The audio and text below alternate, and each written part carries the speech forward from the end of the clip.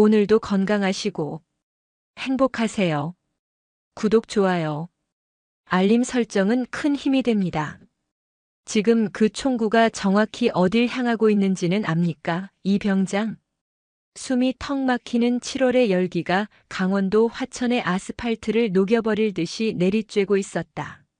민간인 통제선 바로 앞 육군 제7보병사단 칠성부대의 심장으로 들어가는 첫 관문인 승리위병소. 그곳의 공기는 맹렬한 매미 소리와 아스팔트 위로 피어오르는 아지랑이, 그리고 지금 이 순간 공포로 하얗게 질려버린 병사의 거친 호흡으로 가득 차 있었다. 김지의 중위의 목소리는 이글거리는 태양과 완벽한 대조를 이루는 시베리아의 얼음이었다. 28. 육군 사관학교를 우수한 성적으로 졸업하고 최전방 GOP 수색 중대 소대장을 거쳐 현재 본부대 직할통신중대의 선임장교. 그리고 하필이면 오늘 이 모든 상황을 목격해버린 당직 사관두티 오퍼서. 그것이 김지의 중위였다. 168cm의 훤칠한 키에 한치의 흐트러짐 없이 완벽하게 각 잡힌 전투복. 땀 한 방울조차 그녀의 통제를 벗어나지 못할 것 같은 그 완벽함이 위병소 근무자들에게는 재앙과도 같았다. 죄송합니다. 당장 시정하겠습니다. 이 병장의 어깨가 경련하듯 떨렸다. 그는 자신의 K2 소총이 공포에 질린 채 위병소 구석의 철제 의자에서 울고 있는 작은 여자아이를 어정쩡하게 향하고 있었음을 뒤늦게 깨달았다. 그것은 위협도 경계도 아닌 그저 무엇을 해야 할지 모르는 자의 무의식적인, 그리고 가장 어리석은 동작이었다. 적이 아군 진지를 향해 포격을 가해도 지금보다 더 당황하지는 않겠군. 위병소 근무 수칙 제3항 근무자는 어떠한 상황에서도 냉철함을 유지하며 그 어떠한 상황에 5살짜리 여자아이의 울음소리는 포함이 안 됩니까? 김중희는 방탄모를 벗어 땀으로 축축한 이마를 소매로 닦지도 않았다. 그녀의 날카로운 시선은 이미 상황 전체를 스캔하고 있었다. 위병소 근무자 이 병장을 포함한 4명의 병사. 그들은 명백히 전투 상황이 아닌 처리 불가 상황에 직면해 있었다. 5살 남짓. 햇볕에 그을린 병사들의 피부색과는 정반대로 눈처럼 하얀 피부에 분홍색 리본이 달린 샛노란 원피스를 입은 아이. 아이는 이 세상의 모든 슬픔을 토해내듯 온 부대가 떠나가라 울부짖고 있었다. 그 모습은 이 살벌한 철책선 앞 승리라는 이름이 무색하게도 너무나 완벽한 이방인이었다. 상황 보고. 30초 내로. 육하원 측에 의거해서 김중희가 자신의 손목시계를 툭 치며 말했다. 그녀는 지금 이 사태가 단순한 미아 발생이 아니라 미확인 민간인 부대 정문 접근이라는 심각한 군사적 사안임을 정확히 인지하고 있었다. 만약 저 아이가 적의 기만 전술이거나 혹은 그보다 더 복잡한 문제의 시발점이라면. 보고합니다. 금일 14시 30분경 부대 정문 앞 300m 전방 7번 국도 갓길에서 상기 민간 유아 울고 있는 것을 초병이 최초 발견. 즉시 위병소 내부로 인도하여 보호 조치 중이었습니다. 현재까지. 보호 조치? 김중희의 잘 다듬어진 눈썹이 꿈틀했다. 내가 보기엔 보호가 아니라 포위에 가까워 보이는데. 이 병장. 저 아이가 폭발물이라도 됩니까? 2m 안전거리 유지는 위병소 근무 수칙에 없는 조항입니다만 병사들은 그야말로 아이를 가운데 두고 원형으로 둘러싼 채 누구 하나 먼저 손을 내밀지 못하고 있었다. 그들에게 아이는 총을 든 테러리스트보다 더 상대하기 어려운 미지의 존재였다. 김중희는 더 이상 그들의 무능함을 지켜보지 않았다. 그녀는 성큼성큼 아이에게로 다가갔다. 딱딱한 군홧발 소리가 위병소 시멘트 바닥에 울리자 아이의 울음소리가 공포에 질려 잠시 멎었다. 아이는 눈물과 콧물 그리고 땀으로 범벅이 된 작은 얼굴을 들어 낯선 군복의 여자를 바라봤다. 김중희는 조금의 망설임도 없이 그 자리에 한쪽 무릎을 꿇었다. 그녀의 잘 다려진 전투복 바지가 바닥의 먼지와 흙으로 더러워지는 순간이었다. 안녕, 아가씨. 방금 전 이 병장의 심장을 얼어붙게 했던 그 목소리는 온데간데 없었다. 봄눈이 녹는 듯한 낮고 부드러운 음성이었다. 나는 김지혜 중이라고 해. 그냥 지혜 언니라고 불러도 좋아. 그녀는 부드럽게 웃으며 자신의 가슴에 달린 김지혜라는 검은색 명찰을 손가락으로 가리켰다. 여기 아저씨들 조금 무섭게 생겼지? 괜찮아. 다들 널 도와주려고 하는 거야. 아무도 널 해치지 않아. 아이는 딸꾹질을 하며 눈앞의 낯선 여자를 빤히 쳐다봤다. 군복은 무서웠지만 이 여자의 눈은 무섭지 않았다.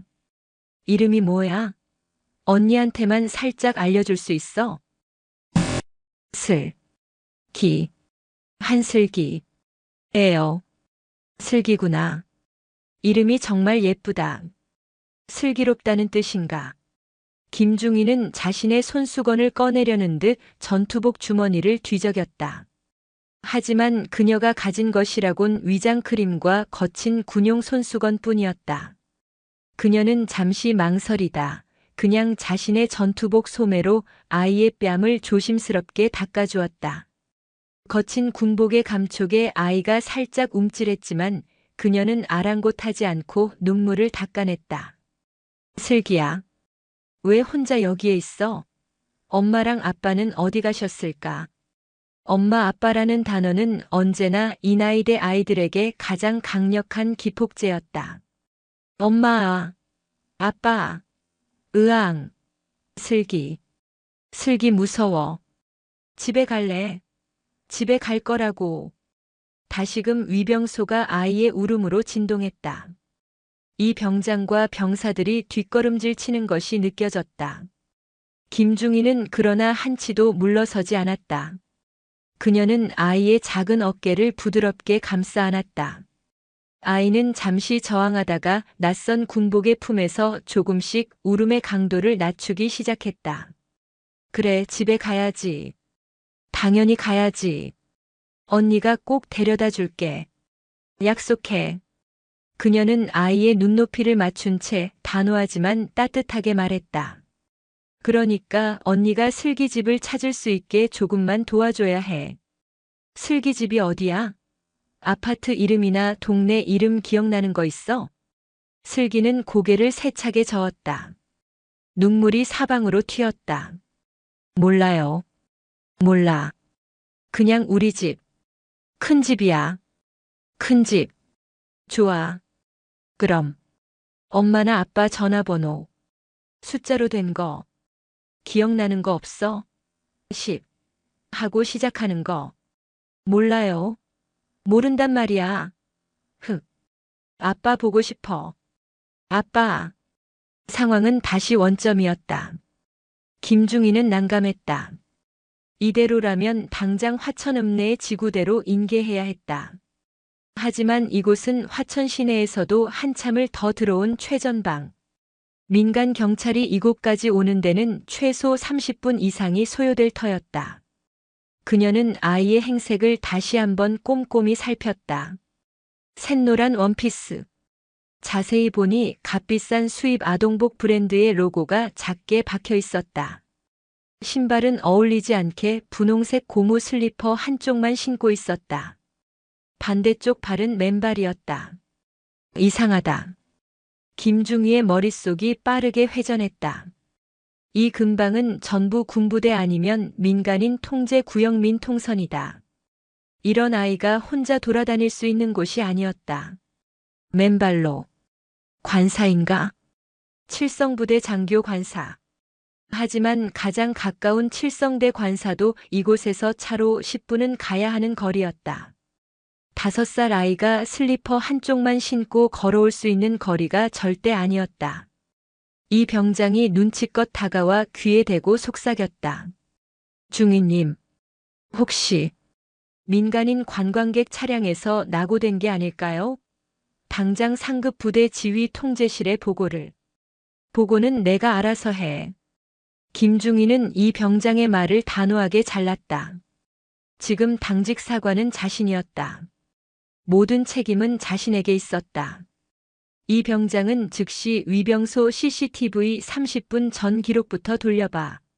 저 아이가 어느 방향에서 왔는지, 차량에서 내렸는지, 혹은 걸어왔는지 1분 내로 확인해.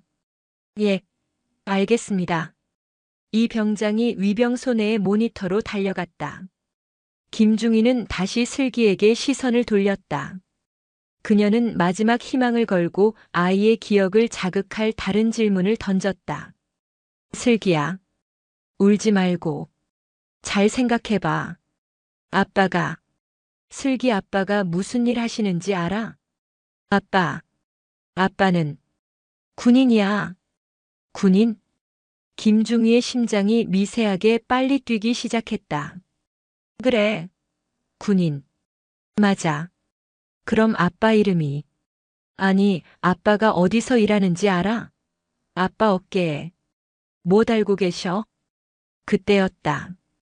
아이가 갑자기 울음을 뚝 그쳤다. 그리고는 분하다는 듯이 신고 있던 한쪽 슬리퍼로 바닥을 쿵 하고 굴렀다. 아빠한테 다 이를 거야. 아저씨들 나 울렸다고. 지혜 언니 말고. 저 아저씨들. 아이는 정확히 이 병장과 다른 병사들을 손가락으로 가리켰다. 아저씨들 다 혼나. 우리 아빠가 제일 높단 말이야. 아빠는 별님이야. 예상치 못한 당돌함. 그리고 별님이라는 단어. 김중희와 이 병장의 시선이 허공에서 부딪혔다. 이 병장의 얼굴이 아스팔트 바닥보다 더 하얗게 질려가고 있었다. 강원도 화천. 제7보병사단. 이 광활한 구역에서 별을 달고 있는 사람은, 그것도 제일 높은 별이라고 불릴 수 있는 사람은 단 한 명뿐이었다. 그때였다. 기익. 모든 소리를 찢어버릴 듯한 날카롭고도 위압적인 급제동 소리가 위병소 앞을 뒤덮었다. 위병소의 낡은 차단기 앞을 번쩍거리는 검은색 세단 한 대가 막아 세웠다. 보닛 앞에는 2개의 깃발이 꽂혀 있었고 번호판에는 육군을 상징하는 육자 대신 번쩍이는 은빛 별 성판이 박혀 있었다. 별 2개. 투스타. 제 차가 완벽하게 멈추기도 전에 뒷좌석 문이 거칠게 열렸다. 슬기야. 완벽하게 다려진 전투복. 산맥처럼 다부진 어깨. 그리고 그 어깨 위에서 이글거리는 태양빛을 반사하는 2개의 은빛 별. 육군 소장. 제7보병사단장 한태준이었다. 아빠. 아이가 울부짖으며 그에게로 달려갔다. 한태준 사단장은 딸의 이름이 새겨진 미아방지 목걸이가 끊어져라 아이를 낚아채듯 안아 올렸다. 그의 얼굴은 딸을 찾은 안도감과 동시에 그 정도를 감히 가늠할 수 없는 활화산 같은 분노로 이글거리고 있었다. 이 병장은 이미 영혼이 빠져나간 사람처럼 충성 경례 자세로 그 자리에 얼어붙었다. 한태준 사단장은 딸을 가슴에 부서져라 껴안은 채 천천히 일어섰다. 그의 시선이 위병소 근무자들을 하나하나 마치 죄인을 색출하듯 훑었다. 그리고 마지막으로 자신의 딸과 함께 무릎을 꿇고 있던 흙먼지가 묻은 전투복 차림의 김지혜 중위에게 향했다. 김중희는 천천히 자리에서 일어섰다. 전투복 바지에 묻은 흙먼지를 털어낼 생각조차 하지 못했다. 그녀는 사단장의 얼음보다 차갑고 불보다 뜨거운 시선을 정면으로 마주했다. 그리고 한치의 흔들림 없는 목소리로 가장 완벽한 자세로 경례를 올렸다. 충성. 현 시간부로 당직사관 임무 수행 중인 중위 김지혜 사단장님께 상황 보고드립니다. 사단장의 눈은 딸을 찾은 기쁨으로 빛나지 않았다. 자신의 모든 것, 자신의 목숨보다 소중한 딸이 자신이 지휘하는 부대의 가장 첫 번째 관문에서 공포에 질려 울고 있었다는 사실. 그것은 지휘관으로서의 자존심과 아버지로서의 본능, 그 모든 것을 짓밟힌 것과 같은 경로였다. 김지혜는 직감했다. 이 아이를 발견한 것은 자신의 군 생활의 가장 거대한 시련의 시작이 될 것임을. 승리 위병소의 공기는 한태준 소장이 내뿜는 경로로 인해 문자 그대로 얼어붙어 있었다. 맹렬하던 매미 소리마저 그 기세에 눌려 잠잠해진 듯 했다. 한슬기 아이는 이제 아빠의 품에서 안도감을 찾았는지 울음을 그치고 작은 어깨를 들썩이며 흐느끼고 있었다. 한태준 사단장은 딸을 안은 팔에 힘줄이 돋아나도록 힘을 주면서도 그 시선은 단 한순간도 김지혜 중위에게서 거두지 않았다. 보고. 그의 목소리는 낮았지만 위병소의 철제 지붕을 울릴 만큼의 위압감을 담고 있었다. 중위 김지혜. 14시 30분경. 아니. 사단장이 그녀의 말을 잘랐다. 내가 현장에 도착한 시간부터 내가 한 행동, 그리고 내가 파악한 사실. 그 모든 것을 이 위병소의 병사들이 아니라 당직 사관인 너의 입으로 직접 듣겠다. 시작해. 그것은 단순한 보고 요구가 아니었다. 그녀의 판단력, 대처 능력, 그리고 이 상황을 통제하고 있었는지에 대한 냉혹한 시험이었다. 김지혜 중위는 숨을 한 번 깊게 들이마셨다. 그녀의 시선은 사단장의 눈, 정확히는 그의 두 눈 사이 미간을 정확히 응시했다. 충성. 중위 김지혜 14시 40분경 당직사관 순찰중 본 위병소 상황 최초 인지. 당시 이 병장 외 3인의 근무자는 울고 있는 유아, 한슬기 양을 그녀는 일부러 아이의 이름을 명확히 발음했다. 약 2m 거리를 두고 포위하고 있었으며 이는 명백한 보호 조치 실패로 판단했습니다. 이 병장의 얼굴이 사색이 되었다. 즉각 근무자들의 총기 안전 상태를 확인하고 그녀는 아까 이 병장의 총구가 향했던 방향을 애써 무시하며 말했다. 제가 직접 한슬기 양과의 접촉을 시도했습니다. 접촉 시도? 유아의 심리적 안정을 최우선 목표로 삼았습니다. 무릎을 꿇어 눈높이를 맞추고 신원 확인을 위해 이름을 물었습니다. 한슬기 5살. 본인의 이름을 명확히 인지하고 있었습니다. 주소 및 보호자 연락처를 물었으나 공포로 인해 정확한 답변을 얻지 못했습니다. 김중희는 마치 작전 브리핑을 하듯 건조하고 정확하게 사실만을 나열했다. 울음을 그치게 하고 정보를 얻기 위해 보호자의 직업을 유도 신문했습니다.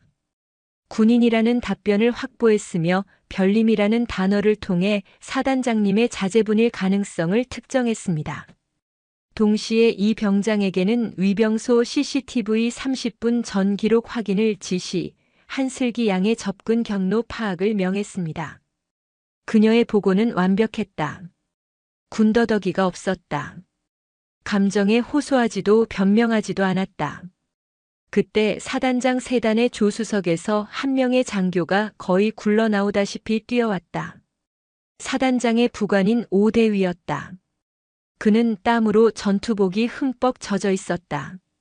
사단장님, 관사 전체를 이잡듯이 뒤졌습니다만 사모님께서는.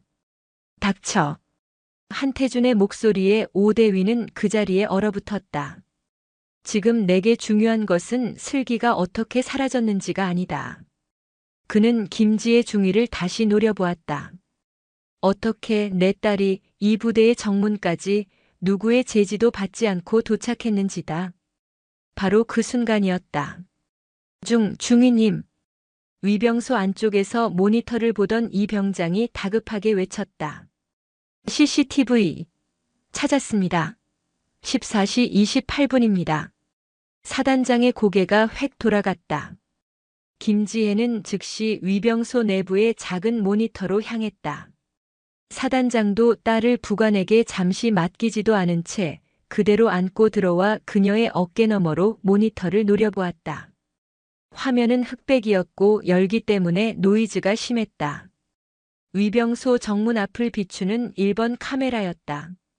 이 병장 14시 28분. 재생. 화면이 재생되었다. 처음에는 텅 빈 갓길 뿐이었다. 아지랑이가 피어오르는 도로. 아무것도 없지 않습니다.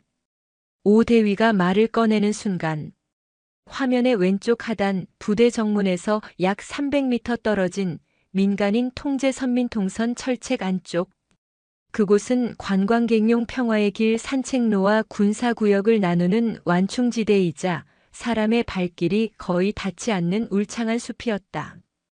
그 숲의 그늘 속에서 아주 작은 형체가 비틀거리며 걸어 나왔다. 샛노란 원피스. 세상에. 이 병장이 신음했다. 한슬기였다. 아이는 마치 숲속에서 누군가에 의해 뱉어진 것처럼 울창한 수풀을 헤치고 비틀거리며 걸어 나왔다. 한쪽 신발은 이미 그곳에서 잃어버린 듯 했다. 아이는 잠시 방향을 못 잡고 그 자리에 서서 울다가 유일하게 트인 공간인 부대 정문을 향해 비틀거리며 걸어오기 시작했다. 저긴 김지혜 중위의 목소리가 잠겼다. 보안구역 시사입니다. 한태준 사단장의 얼굴에서 모든 핏기가 사라졌다. 분노는 간 곳 없었다. 그 자리를 채운 것은 지휘관으로서의 차가운 이성과 아버지로서의 심연과 같은 공포였다. 보안구역 시사. 그곳은 민간인이 절대로 들어갈 수 없는 곳이었다. 관광객 산책로와도 최소 50m 이상 이격된 7사단의 작전 구역 내부였다. 차량 접근. 사단장이 중얼거렸다. 아니, 저곳은 차량 접근 자체가 불가능한 곳이다. 그렇습니다, 사단장님. 김지혜가 즉각 대답했다. 그녀의 머릿속에서도 이미 최악의 시나리오가 그려지고 있었다. 저곳으로 접근하려면 3km 밖의 7번 국도에서 내려 철책을 넘고 이중으로 설치된 감시망을 뚫고 들어와야 합니다. 혹은 부대 내부에서 접근해야 합니다. 정적이 흘렀다. 부대 내부자. 이것은 단순한 미아 사건이 아니었다. 사단장의 딸이 누군가에 의해 부대 내부의 가장 허술하면서도 가장 은밀한 보안 구역에 유기되었고 기적적으로 살아남아 정문까지 걸어 나온 것이다. 만약 아이가 반대 방향인 숲속으로 다시 들어갔다면, 만약 야생동물이라도 마주쳤다면, 만약 쏟아지는 햇볕에 탈진이라도 했다면, 한태준 사단장은 눈을 감았다. 그는 딸의 뺨에 자신의 뺨을 비볐다. 아이의 따뜻한 체온이 그의 이성을 간신히 붙잡고 있었다. 그는 천천히 눈을 떴다. 그리고 딸을 안지 않은 빈손으로 부관 오대위의 어깨를 붙잡았다. 오대위. 예, 사단장님. 지금 즉시 사단 헌병대와 기무. 아니, 방첩사 파견대를 소집. 그는 말을 잇지 못했다. 이 일을 공식화하는 순간 7사단은 발칵 뒤집힐 터였다. 사단장의 딸이 부대 내부에서 납치 혹은 유기되었다는 사실이 알려진다면 부대 사기는 물론 한태준 소장 자신의 군 경력도 끝장이었다. 적에게 내부가 뚫렸다는 신호가 될 수도 있었다. 그는 지금 지휘관으로서의 판단과 아버지로서의 복수심 사이에서 갈등하고 있었다. 그의 시선이 다시 흔들림 없이 자신을 바라보고 있는 김지혜 중위에게 향했다. 흙먼지가 묻은 무릎, 땀에 젖었지만 흐트러짐 없는 머리, 그리고 상황을 정확히 꿰뚫어 보고 있는 저 차가운 눈. 중위 김지혜. 예, 사단장님. 너는 금일 15시부로 당직 사관 임무에서 해제한다. 김지혜의 심장이 바닥으로 떨어지는 듯 했다. 이것은 문책이었다. 지금 즉시 해당 CCTV 원본을 확보해. 사단장실로. 그는 부관에게 딸을 넘기지 않았다. 자신이 직접 아이를 안은 채 검은색 세단을 향해 걸어갔다. 오대위는 입 다물어. 이 병장, 너도 마찬가지다. 오늘 일은 내가 이 위병소를 방문했고 마침 내 딸이 나를 마중 나왔다가 넘어져서 운 것. 그 이상도 그 이하도 아니다. 알겠나? 충성. 병사들의 목소리가 위병소를 울렸다. 한태준 사단장이 차에 오르기 직전 김지혜를 돌아보았다. 그리고 김중희. 예, 사단장님. 내가 꿇었던 그 무릎, 흙먼지나 털고 오도록. 사단장실은 더러워지는 걸 싫어해서. 그것은 조롱도 칭찬도 아니었다. 단지 이 기묘한 사건의 무대에 오를 준비를 하라는 차가운 지시였다. 육군 제7보병사단 사령부 본관. 그곳은 화천의 늦은 오후 햇살을 받아 위압적으로 빛나고 있었다. 김지혜 중위는 방금 전 위병소에서 확보한 CCTV 영상 원본이 담긴 USB 메모리를 전투복 주머니에 넣고 그 입구에 섰다. 그녀는 당직사관 완장을 풀었고 임시로 호출된 다른 중위에게 임무를 인계했다. 그리고 사단장의 지시대로 화장실에 들러 전투복 바지에 묻은 흙먼지를 거칠게 털어냈다. 거울에 비친 자신의 얼굴은 땀과 먼지로 얼룩져 있었지만 눈빛만은 얼음처럼 차가웠다. 사단장실. 그곳은 부대의 모든 권력이 집중되는 심장이자 가장 깊은 성역이었다. 복도를 지키는 헌병의 경례를 받으며 그녀는 무거운 참나무 문을 노크했다. 들어와. 낮지만 깊은 목소리가 문을 뚫고 나왔다. 김지혜 중위가 문을 열고 들어선 순간 그녀를 맞이한 것은 서늘한 에어컨 바람과 짙은 가죽 냄새 그리고 한 남자의 고뇌였다. 사단장실은 거대했다. 한쪽 벽은 이 부대가 관할하는 모든 구역이 표시된 거대한 작전 지도가 차지하고 있었고 다른 쪽 벽은 역대 사단장들의 사진과 칠성부대의 빛나는 역사가 전시되어 있었다. 한태준 사단장은 그 방의 주인이었다. 하지만 지금 그는 거대한 책상 뒤에 앉아 있지 않았다. 그는 창가에 서서 이제는 자신의 관사에서 안전하게 잠들어 있을 딸 한슬기를 생각하는 듯 했다. 혹은 방금 전 CCTV에서 본 그 끔찍한 영상을 복기하고 있었다. 그의 전투복 상의는 벗겨져 의자에 걸쳐 있었고 반소매 차림의 어깨는 산처럼 넓었지만 어딘지 모르게 지쳐 보였다. 안치. 그의 목소리는 위병소에서와는 달랐다. 분노가 가라앉은 자리에 차가운 이성이 그 흐름을 장악하고 있었다.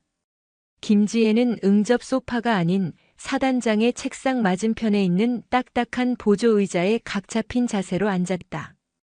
USB는 여기 있습니다. 그녀는 주머니에서 메모리를 꺼내 책상 위에 조용히 올려놓았다. 한태준은 그것을 받아 자신의 컴퓨터에 연결했다. 방 안에는 잠시 모니터에 재생되는 영상의 낮은 노이즈 소리만 울렸다. 두 사람은 다시 한번 작은 아이가 숲속에서 비틀거리며 걸어나오는 그 끔찍한 장면을 말없이 지켜보았다. 보안구역 시사. 사단장이 영상을 정지시키며 말했다. 저곳에 대해 아는 대로 말해봐.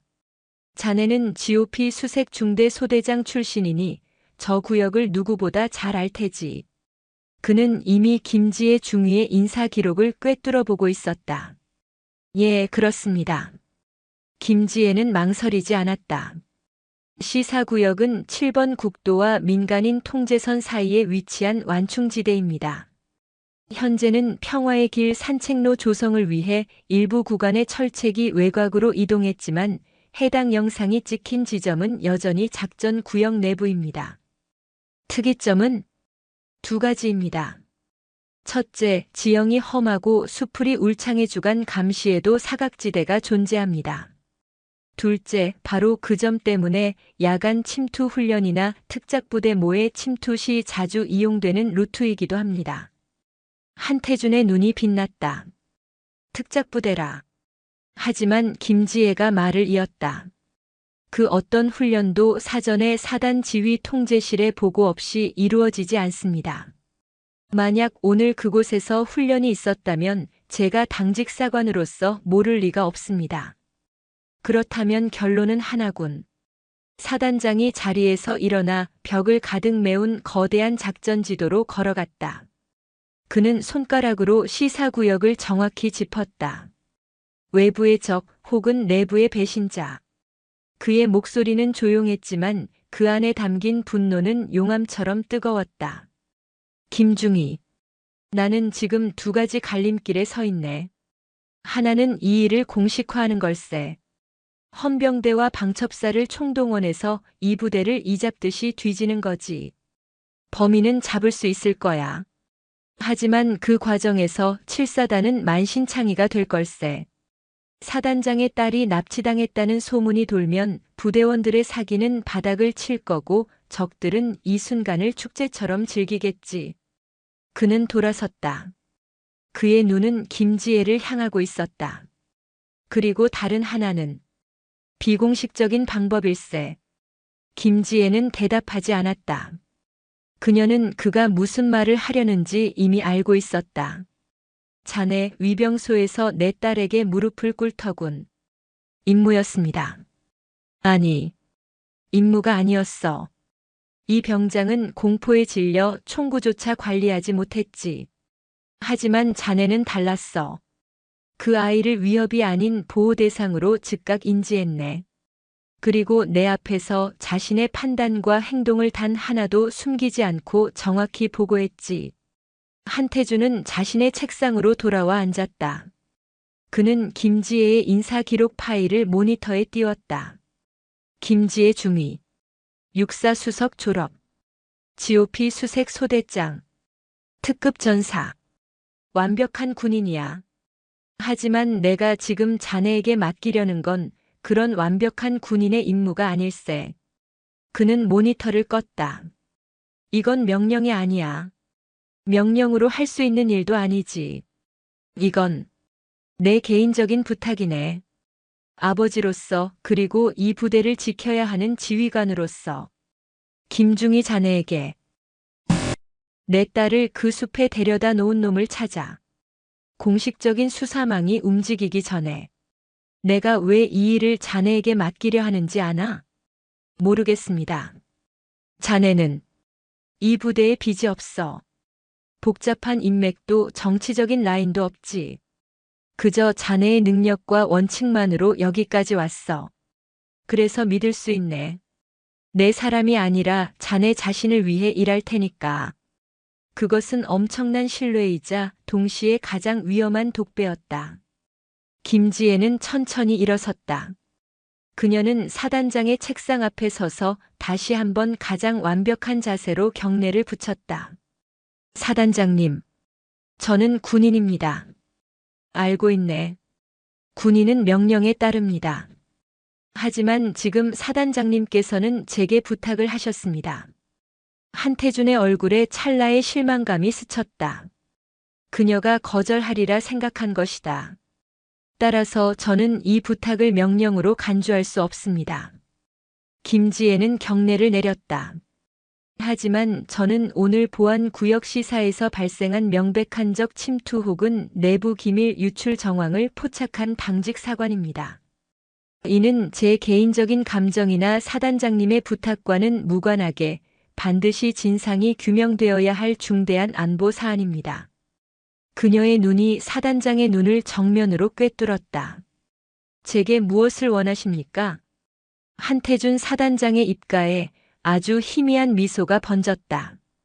그는 이것이 예스라는 것을 알았다. 그것도 가장 완벽한 군인의 예스라는 것을. 좋아. 그는 책상 서랍에서 작은 열쇠 하나를 꺼냈다. 본관 지하에 지금은 사용하지 않는 구방첩사 파견대 임시 사무실이 있네. 그곳을 사용해.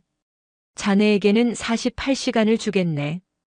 그 시간 동안 자네는 공식적으로 통신 장비 전수 검열 임무를 수행하는 걸로 하지. 어디든 갈 수 있고 누구든 만날 수 있네. 그는 자리에서 일어나 김지혜에게 열쇠를 건넸다. 단 조건이 있네.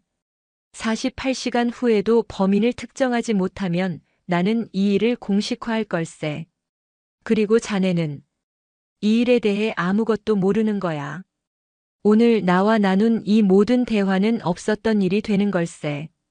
그것은 그녀를 보호하려는 것이 아니라 실패할 경우 완벽하게 꼬리를 자르겠다는 선언이었다. 김지혜는 차가운 열쇠를 받아들었다. 필요한 것이 있습니까? 있네. 한태준이 말했다. 내 딸을 그 숲에 데려다 놓은 자. 그자의 정체. 그리고 그 배후. 충성. 김지혜는 짧게 대답하고 돌아섰다. 그녀가 사단장실 문을 나서기 직전 한태준이 그녀를 불렀다. 김중희. 예. 왜 내 딸이 하필 별님이라고 했을까? 그 아이는 내가 사단장이라는 걸 알아. 하지만 별님이라는 말은 잘 쓰지 않지. 그건 그 아이에게 그 단어를 가르쳐준 혹은 그 아이 앞에서 그 단어를 사용한 누군가가 있다는 뜻이야. 김지혜의 등줄기에 소름이 돋았다. 범위는 좁혀졌군. 내 딸에게 접근할 수 있으면서 나를 별님이라고 부를 만큼 나에게 불만이 있거나 나를 조롱하려는 자. 김지혜는 대답 없이 문을 닫고 나왔다. 그녀의 손에 들린 것은 단순한 열쇠가 아니었다. 7사단 전체의 운명과 한태준 사단장의 목숨, 그리고 자신의 모든 것을 건 48시간짜리 비밀 임무의 시작이었다. 육군 제7보병사단 사령부 본관. 그곳은 지상의 모든 권력과 질서가 집결하는 곳이었다. 하지만 그 건물의 심장부 사단장 한태준의 집무실이 위용을 과시하는 바로 그 순간에도 건물은 그만큼의 깊은 그림자를 지하에 품고 있었다. 김지혜 중위의 군합발 소리가 차가운 콘크리트 계단을 울렸다. 한낮의 열기는 지상 1층에서 완벽하게 차단되었다. 그녀가 한 걸음씩 내려갈수록 공기는 습기를 머금고 무거워졌으며 퀴퀴한 곰팡이 냄새와 오래된 서류의 먼지 냄새가 코를 찔렀다. 지하 3층. 여기는 공식적인 부대 시설 목록에도 희미하게만 존재하는 잊힌 공간이었다. 과거 냉전의 유산이던 시절 방첩사현 방첩사령부 파견대가 사용하던 임시 사무실. 지금은 그저 비상시를 대비한 창고 혹은 그저 방치된 공간일 뿐이었다. 김지혜는 사단장이 건넨 낡고 무거운 쇠 열쇠를 자물쇠에 꽂고 돌렸다. 끼익. 녹슨 쇠가 마찰하는 소리는 마치 유령의 비명처럼 어둡고 긴 복도를 따라 울려 퍼졌다. 문을 열자 칠흑 같은 어둠과 함께 냉기가 그녀의 전투복을 파고들었다. 그녀는 벽을 더듬어 전등 스위치를 찾았다. 철컥. 깜빡거리던 낡은 형광등 몇 개가 마지못해 불을 밝혔다. 눈앞에 드러난 광경은 처참했다. 거미줄이 군데군데 쳐진 사무실, 10년은 더 되어 보이는 낡은 철제 캐비닛, 먼지가 수북이 쌓인 책상, 그리고 벽에 붙어있는 누렇게 바랜 작전 상황판. 이곳이 앞으로 48시간, 아니, 어쩌면 그보다 더 짧을 그녀의 작전 본부였다. 김지혜는 망설이지 않았다. 그녀는 가장 먼저 창문 지상과 연결된 아주 작은 환기구를 확인하고 두꺼운 천으로 그마저도 완벽하게 가렸다. 그리고는 사무실 문을 안에서 걸어 잠갔다. 이제 그녀는 완벽하게 고립되었다. 좋아. 그녀는 혼잣말을 내뱉었다. 그녀는 자신의 전투복 상의를 벗어 의자에 걸었다. 반소매 차림의 그녀는 즉시 행동에 돌입했다. 그녀는 먼저 자신의 커버를 완벽하게 만들기 시작했다. 그녀는 자신의 통신 중대에서 가져온 예비 검열 장비 TDR 장비, 광 케이블 테스터기 등을 책상 위에 펼쳐놓았다. 누군가 이 문을 강제로 열고 닥쳤을 때 그녀는 통신 장비 전수 검열 임무를 수행 중인 완벽한 김중희가 되어 있어야 했다. 준비가 끝나자 그녀는 낡은 작전 상황판 앞에 섰다. 그녀는 주머니에서 USB를 꺼내 역시나 자신이 가져온 군용 노트북에 연결했다. 화면에 다시 한번 한슬기 아이가 시사구역에서 비틀거리며 걸어나오는 영상이 재생되었다. 김지혜는 그 영상을 수십 번 돌려보았다. 아이의 표정, 걸음걸이, 그리고 아이가 나온 그 수풀의 위치. 보안구역 시사. 그녀는 상황판 위에 붙어있던 낡은 지도를 떼어내고 자신이 가져온 최신 군사 지도를 펼쳐 앞정으로 고정했다. 그녀는 붉은색 유성펜으로 시사구역의 원을 그렸다. 그녀의 사고는 세 개의 축으로 나뉘어 전개되기 시작했다. 첫째, 용의 WHO. 사단장의 딸 한슬기에게 접근할 수 있는 인물. 한태준 사단장에게 원한을 가졌거나 그를 조롱하려는 인물. 그리고 아이에게 별님이라는 단어를 가르쳐 줄 수 있는 인물. 김지혜는 하얀 종이 위에 별님이라는 단어를 적었다. 이건 단순한 호칭이 아니야. 이건 경멸 혹은 조롱이다. 장교가 아닌 사병이나 부사관일 가능성이 높다. 사단장을 가장 가까이에서 보지만 가장 멀리 있는 존재. 둘째, 장소 WHERE. 보안구역 시사. GOP 수색 중대 소대장 시절 김지혜는 그곳을 자신의 손바닥처럼 드나들었다. 그녀는 시사구역의 지도를 머릿속에 그렸다. 7번 국도와 민간인 산책로, 그리고 부대 내부로 이어지는 군사작전도로. CCTV 영상에 따르면 슬기 양은 숲속에서 나왔어. 차량이 접근할 수 없는 곳이야. 그렇다면 범인은 아이를 차에서 내리게 한 뒤 아이의 손을 잡고 숲을 속으로 최소 100m 이상을 걸어 들어갔다는 뜻이다. 그리고 아이를 그곳에 버렸다. 아니, 버린 게 아니야. 김지혜의 눈이 날카로워졌다. 이건 유기가 아니야. 이건 배달이다. 범인은 아이가 숲속에서 헤매다 죽거나 다치기를 바라지 않았다. 그랬다면 더 깊은 숲속에 버렸을 것이다. 범인은 아이가 숲에서 나와 정확하게 칠성부대 정문 위병소로 걸어가도록 유도했다. 그곳은 숲에서 빠져나올 때 유일하게 빛이 들어오는 트인 공간이었어. 범인은 아이가 그 빛을 보고 걸어나갈 것을 알았다. 그리고 그 끝에 위병소 초병들이 있다는 것도. 이것은 사단장을 향한 끔찍하고도 정교한 메시지였다. 내 딸이 내 부대의 정문으로 적처럼 걸어 들어갔다. 셋째, 방법 HOW. 사단장 관사에서 시사구역까지의 이동. 관사는 부대 사령부에서 가장 안쪽, 가장 안전한 곳에 위치해 있다. 시사구역까지는 차량으로 최소 15분이 소요된다. 관사에서 아이를 데리고 나와야 해. 그것도 누구의 의심도 받지 않고. 김지혜는 용의자 군을 좁히기 시작했다. 1. 관사 근무자 조리병, 관리병. 2. 사단장 전속 부관 5대위. 3. 사단장 전속 운전병 혹은 부사관. 4. 사단장 부인 가능성 낮음. 5. 그리고 통신 장비 점검, 시설물 관리 등 관사를 자유롭게 드나들 수 있는 외부 인력. 범위가 너무 넓어. 김지혜는 고개를 저었다. 이들 모두를 48시간 안에 조사하는 것은 불가능했다. 단서를 좁혀야 해. 시사와 별님을 동시에 만족시키는 자. 그녀는 먼저 시사구역을 다시 확인하기로 했다. 이 병장. 그녀는 낡은 전화기를 들어 위병소로 연결했다. 충성. 이 병장입니다. 나다. 김지혜 중위다. 지금부터 내 말 잘 들어. 이건 당직사관 임무 연장이다. 예, 중위님. 14시부터 14시 30분 사이 위병소 출입 기록 전체를 확인해. 모든 차량, 모든 인원. 특히 비인가 인원이나 평소와 다른 움직임을 보인 차량이 있는지 확인해. 지금 즉시. 알겠습니다. 그리고 이 병장. 예.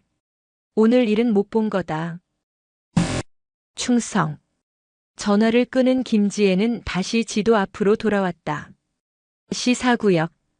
그곳은 현재 7사단 수색대대와 GOP 경계부대의 관할이 겹치는 애매한 지역이었다.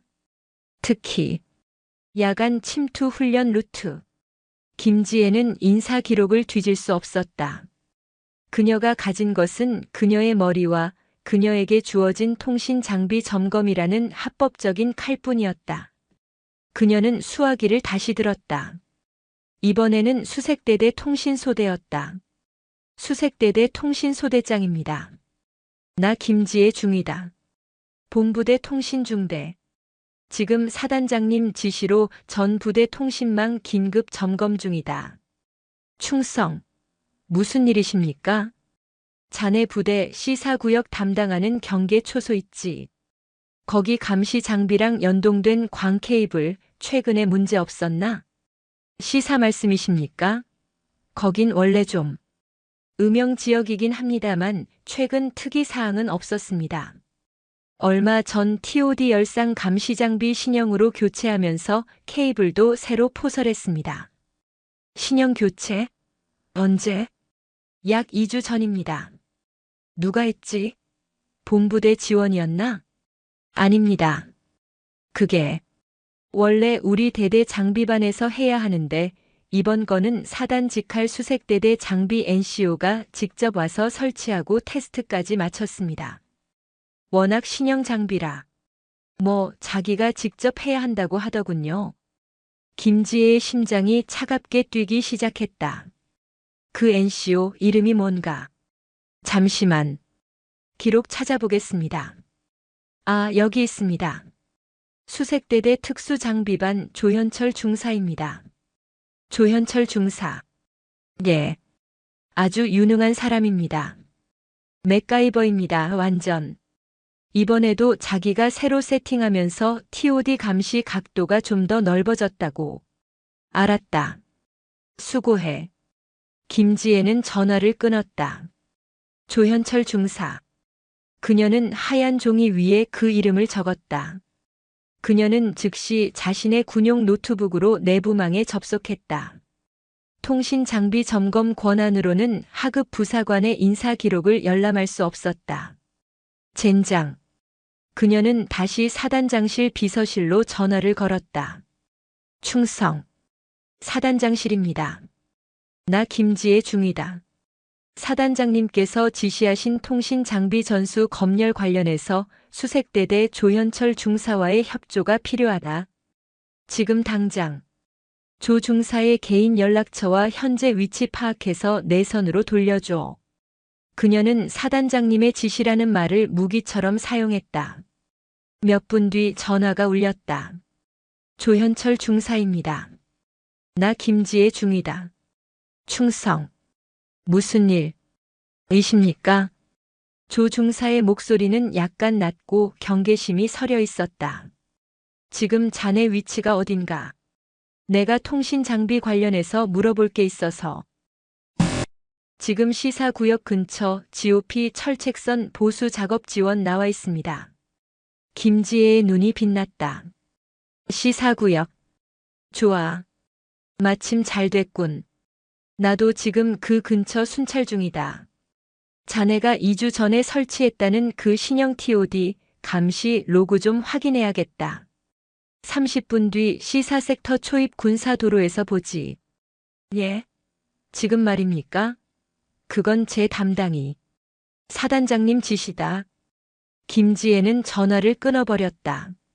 그녀는 전투복 상의를 다시 걸치고 방탄모를 눌렀었다. 그리고 허리에는 KO 권총 홀스터를 단단히 결속했다. 그녀가 낡은 지하 벙커의 문을 열고 나설 때 그녀의 눈은 이미 사냥감의 냄새를 맡은 최전방 수색대원의 그것으로 변해 있었다. 시사구역으로 향하는 군사작전 도로는 비포장이었다. 김지혜 중위는 통신중대에서 배정받은 낡은 K131 지프를 직접 몰았다. 덜컹거리는 차량 안에서 그녀의 마음은 차가운 얼음처럼 가라앉아 있었다. 조현철 중사. 그녀는 머릿속으로 그 이름을 되뇌었다. 수색대대 특수장비반. 신형 TOD 설치. 그리고 하필이면 지금 시사구역에서 작업 중이라는 이것은 우연일까 아니면 완벽하게 짜인 함정일까? 지프가 험한 산길을 돌아 시사구역 초입에 다다랐을 때 이미 낡은 군용 트럭 한 대가 먼지를 뒤집어 쓴 채 서 있었다. 그리고 그 옆에 한 사내가 팔짱을 낀 채 그녀의 차를 기다리고 있었다. 김지혜는 차를 세우고 내렸다. 방탄모가 햇빛을 가려 그녀의 표정을 읽을 수 없었다. 충성. 중사 조현철. 김지혜 중위님 맞으십니까? 조현철 중사는 30대 초반으로 보였다. 다부진 체격, 햇볕에 검게 그을린 피부. 하지만 그의 눈은 예상외로 차분했다. 아니, 차분하다 못해 어딘가 공허해 보였다. 그는 김지혜를 위아래로 훑어보았지만 그 시선에는 일반적인 부사관이 여군 장교를 대할 때의 호기심이나 어색함이 없었다. 그저 대상을 관찰하는 듯한 무감각한 시선이었다. 그래, 나다. 김지혜는 그와 악수할 생각도 하지 않고 본론으로 들어갔다. 여기서 뭐 하고 있었지? 말씀드린 대로 GOP 철책 보수 작업 지원 나왔습니다. 저쪽 섹터 유압식 절단기 전원 공급이 말썽이라. 그의 대답은 막힘이 없었다. 자네가 2주 전에 설치했다는 신형 TOD. 위치가 어딘가? 조 중사의 입꼬리가 미세하게 올라갔다. 비웃음이라기보다는 그럴 줄 알았다는 듯한 표정이었다. 이쪽입니다. 중위님. 하지만 여긴 통신 중대 관할이 아닐 텐데요. 그 장비는 광 케이블 직결이 아니라 무선. 닥치고 안내해. 김지혜는 그의 말을 잘랐다. 조 중사는 어깨를 한번 으쓱하더니 앞장서기 시작했다. 그는 작전 도로를 벗어나 사람의 발길이 거의 닿지 않는 숲속으로 거침없이 들어갔다. 김지혜는 그와 5m 거리를 유지하며 조용히 뒤따랐다. 이곳이 바로 한슬기 아이가 걸어 나왔던 그 숲이었다. 울창한 나무들 때문에 한낮인데도 어두웠다. 숲은 습하고 더웠다. 김지혜는 GOP 수색 소대장 시절의 감각을 되살렸다. 그녀의 모든 신경이 조 중사의 등 뒤에 집중되었다. 그의 보폭, 호흡, 그리고 나뭇가지를 해치는 손동작까지. 그는 이 지형에 지나치게 익숙해 보였다. 얼마나 걸었을까? 조 중사가 우뚝 멈춰섰다. 저겁니다. 그가 가리킨 곳에는 위장막으로 가려진 신형 TOD 카메라가 음흉한 눈처럼 시사구역 전체를 내려다보고 있었다. 로그를 확인하고 싶다고 하셨습니까? 조 중사가 태블릿 PC를 꺼내들며 물었다. 이 장비는 제 개인 암호 없이는 접근이 안 됩니다. 열어. 조 중사는 태블릿을 조작했다. 화면에 복잡한 데이터가 떠올랐다. 뭘 찾으시는지는 모르겠습니다만 여기 2주간의 모든 감시 기록이 있습니다. 움직임 감지, 열원 감지. 보시다시피 멧돼지 몇 마리 외에는 깨끗합니다. 김지혜는 태블릿을 빼앗듯이 받아들었다. 그녀는 오늘 14시 28분경의 기록을 찾았다. 오늘 14시 28분. 왜 이 부분만 로그가 비어있지? 김지혜의 목소리에 날이 섰다. 정확히 한슬기가 숲에서 걸어 나오던 그 시각, 약 5분간의 기록이 통째로 삭제되어 있었다. 조 중사의 표정이 처음으로 미세하게 흔들렸다. 그럴 리가. 아마 장비 과열로 인한 일시적 오류일 겁니다. 신형 장비가 원래 여름철 낮에는 과열? 김지혜가 조 중사의 턱 밑까지 다가갔다. 조 중사. 자네는 특수장비반 NCO야. 대한민국 육군에서 최고 스펙의 장비를 다루는 전문가가 과열이라는 말로 이 상황을 넘기려고 해. 사실입니다. 중위님. 그럼 이건 어떻게 설명할 거지? 김지혜는 자신의 전투복 주머니에서 비닐에 싼 무언가를 꺼냈다. 그것은 분홍색 작은 고무 슬리퍼 한쪽이었다. 김지혜는 이곳에 오는 길에 조 중사보다 먼저 도착했었다. 그녀는 시사구역을 10분간 샅샅이 뒤졌고 슬기 아이가 걸어 나온 그 수풀 속에서 아이가 잃어버렸던 나머지 한쪽 신발을 찾아낸 것이었다. 조현철 중사의 눈이 그 분홍색 슬리퍼에 고정되었다. 그의 공허했던 눈동자 안에서 무언가 격렬한 감정이 폭발하는 듯 했다. 그건 뭡니까? 내가 한 짓을 모를 거라고 생각했나? 무슨 말씀이신지 모르겠습니다. 조 중사의 목소리가 낮게 잠겼다. 한슬기. 사단장님 딸. 내가 그 아이를 이 숲에 데려다 놨어. 그렇지? 증거 있습니까? 이게 증거다. 고작 애들 신발 하나로. 저를 범인으로 모는 겁니까? 신발 때문이 아니야. 김지혜는 그에게 한 걸음 더 다가갔다. 이제 두 사람의 거리는 1미터도 채 되지 않았다. 너의 그 눈 때문이야. 제 눈이. 어쨌단 말입니까? 아까부터 넌 단 한 번도 내 눈을 피하지 않았어. 그리고 지금 이 신발을 보고도 놀라지 않았지. 단지 화가 났을 뿐이야.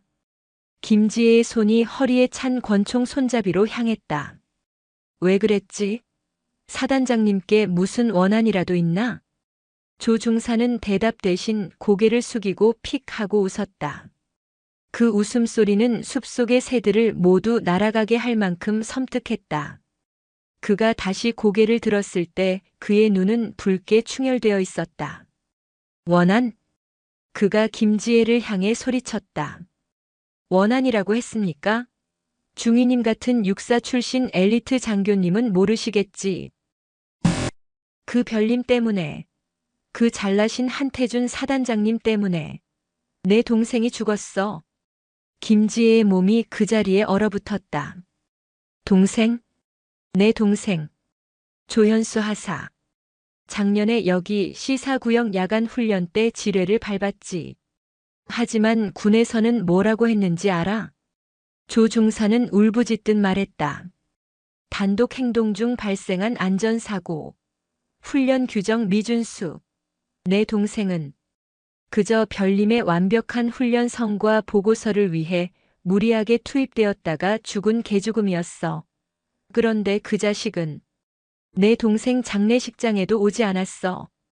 김지혜는 그 사건을 기억했다. 작년 이맘때쯤 야간 훈련 중 부사관이 사망한 사고. 당시에는 정말 단순 안전사고로 보고가 종결되었다. 그래서 복수를 한 건가? 그 어린애를 이용해서? 복수? 조 중사가 다시 공허하게 웃었다. 이건 복수가 아니야. 이건 정이지. 그 자식도 똑같이 느껴봐야 해. 자기 자식을 잃을지도 모른다는 공포가 어떤 건지. 넌 미쳤어. 미쳤다고? 그래, 미쳤지. 내 동생이 죽던 날부터 난 미쳤어. 매일 밤 이 시사구역에서 내 동생 목소리가 들리는데 어떻게 안 미칠 수 있겠어. 조 중사는 태블릿 PC를 바닥에 내던졌다. 내가 이 TOD를 직접 설치한 이유가 뭔지 알아? 저 카메라로. 그 별님이 자기 딸을 잃고 절망하는 모습을 똑똑히 지켜보려고 했어. 14시 28분? 그래, 내가 지웠어. 내가 이 손으로 그 아이를 숲속에 데려다 놨고 내가 이 눈으로 그 아이가 위병소로 걸어가는 걸 전부 지켜봤으니까. 그것은 완벽한 자백이었다. 넌 끝났어, 조 중사. 김지혜가 권총을 뽑아들었다. 지금 당장 헌병대에. 끝난 건 너야, 김중희.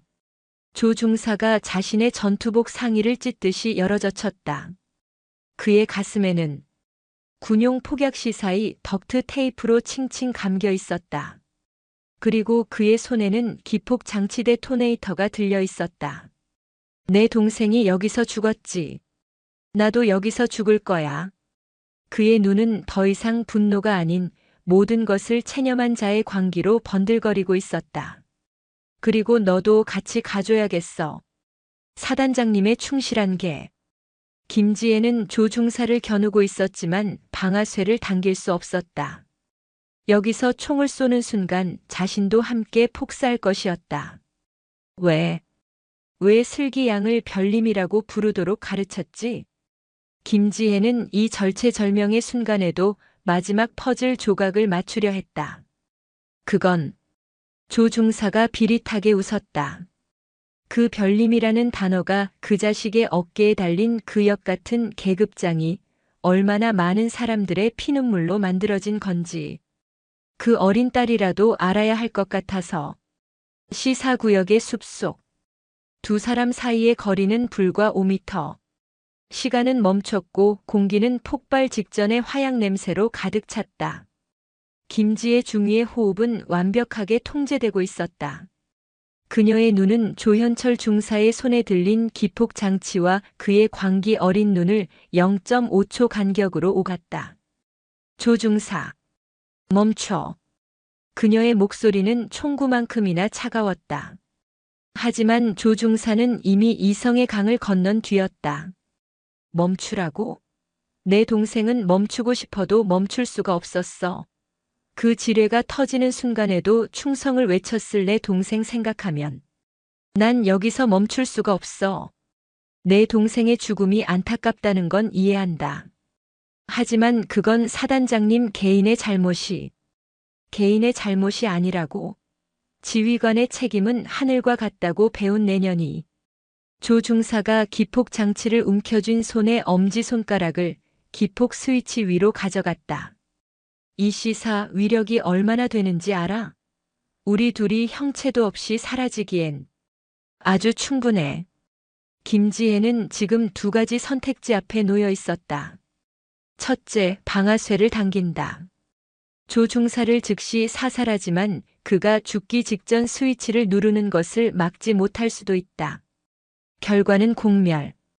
둘째, 그를 설득한다. 하지만 이미 광기에 휩싸인 자를 말로 설득할 시간은 없어 보였다. 그녀는 세 번째 길을 선택했다. 그래. 내 말이 맞다. 김지혜는 천천히 권총을 쥔 손을 아주 미세하게 내렸다. 총구를 조 중사의 가슴이 아닌 다리 쪽으로 향했다. 사단장님은 책임을 져야겠지. 뭐라고? 조 중사의 눈이 당황함으로 흔들렸다. 그는 그녀가 저항하거나 애원할 것이라 예상했지만 동의할 것이라고는 생각하지 못했다. 하지만 내가 여기서 나랑 같이 죽으면 진실은 영원히 묻혀. 내 동생 조현수 하사의 죽음은 그냥 안전사고로 남게 돼. 사단장은 내가 죽은 것마저 부대 부적응자의 자살로 덮어버릴 거다. 닥쳐. 내가 뭘 안다고. 나는 알아. 왜냐하면 나도 너와 같은 소모품이니까. 김지혜는 방탄모를 벗어 옆으로 던졌다. 땀에 젖은 그녀의 머리카락이 드러났다. 그녀는 조 중사에게 자신의 맨 얼굴을, 인간적인 얼굴을 드러냈다. 조 중사, 넌 내 동생의 복수를 원해? 아니면 명예 회복을 원해?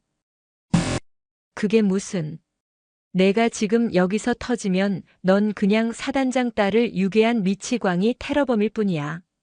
하지만 내가 살아서 이 기폭 장치를 나한테 넘기고 자수한다면 김지혜는 권총을 천천히 홀스터에 다시 꽂았다. 완전한 무장 해제였다. 내가 내 동생의 사건 재조사를 사단장님께 직접 건의하겠다. 거짓말. 내까지 중위 따위가 뭘 할 수 있는데. 난 오늘 사단장님께 직접 명령을 받았어. 이 사건을 파헤치라고. 그 말은 지금 이 순간 사단장이 가장 신뢰하는 사람은 바로 나라는 뜻이야. 그녀는 조 중사에게 천천히 한 걸음 다가갔다. 기회를 줘. 나한테도 너한테도. 그리고 죽은 내 동생한테도. 조현철 중사의 손이 떨리기 시작했다. 그의 눈에 고여있던 광기가 서서히 걷히고 그 자리에 동생을 잃은 자의 깊은 슬픔이 차올랐다. 기폭 장치를 쥔 손에 힘이 빠지는 듯 했다. 바로 그 순간이었다. 움직이지 마.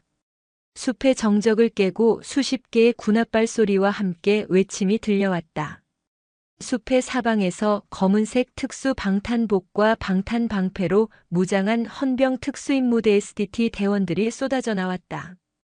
그들은 K1 기관단총을 조 중사와 김중희에게 동시에 겨누고 있었다. 망할. 김지혜는 욕설을 내뱉었다.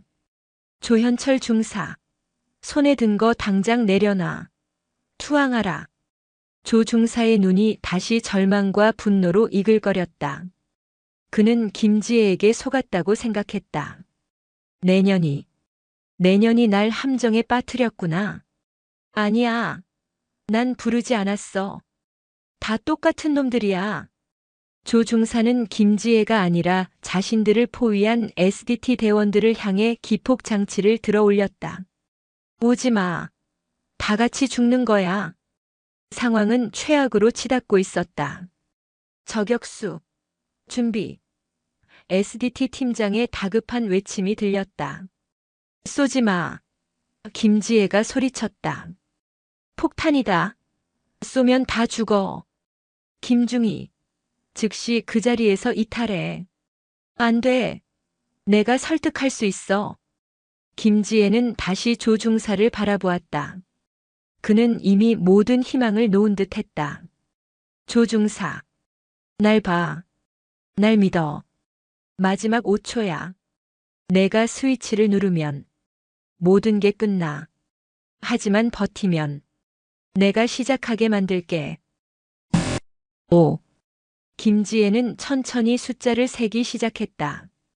그녀는 SDT 대원들과 조 중사 사이로 걸어 들어갔다.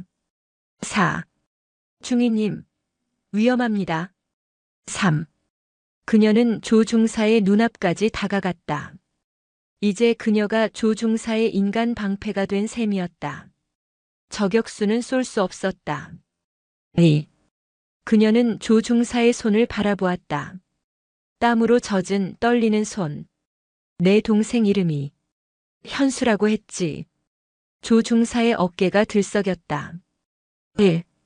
김지혜는 자신의 손을 내밀어 조 중사의 손. 기폭 장치를 감싸쥔 그의 손을 함께 감싸쥐었다. 현수를 위해서. 이제 그만하자. 딸칵. 조 중사의 엄지손가락이 스위치를 눌렀다. 하지만 폭발은 일어나지 않았다. 김지혜가 그의 손을 감싸쥐는 마지막 순간 그녀의 손가락이 기폭 장치의 안전핀을 먼저 뽑아 던져버렸기 때문이었다. 혹은 전원부를 차단했거나 기폭 장치의 구조에 따라. 조 중사의 눈이 커졌다. 넌. 그 순간 김지혜는 자신의 모든 체중을 실어 조 중사의 복부를 팔꿈치로 가격했다. 컥! 조 중사가 쓰러지자 사방에서 달려든 SDT 대원들이 그를 완벽하게 제압했다. 김지혜는 거친 숨을 몰아쉬며 바닥에 떨어진 기폭 장치옥은 안전핀을 주워들었다. 그녀의 48시간 임무는 단 6시간 만에 끝났다. 그녀가 헌병대장의 부축을 받으며 숲을 빠져나올 때 저 멀리서 한태준 사단장의 검은색 세단이 먼지를 일으키며 달려오는 것이 보였다. 사단장은 그녀를 믿지 못하고 헌병대를 보낸 것이었다. 김지혜는 피식 웃었다. 역시 군대에서 믿을 수 있는 건 오직 자기 자신뿐이었다.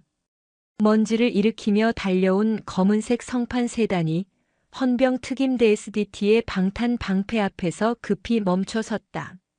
한태준 사단장이 차에서 내렸다.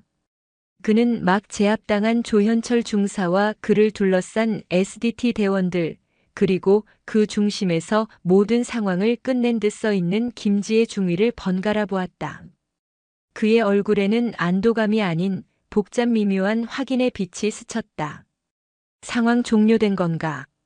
그의 목소리는 숲을 빠져나가는 김지혜를 향한 것이었지만 질문이라기보다는 선언에 가까웠다. 보고합니다. 헌병대장이 달려와 격려했다. 범인 조현철 중사, 폭발물 소지 및 사단장님 자제분 유인 혐의로 현행범 체포했습니다. 폭발물은 김지혜 중위가 알아. 한태준은 손을 들어 헌병대장의 보고를 막았다. 그는 김지혜에게로 천천히 걸어왔다.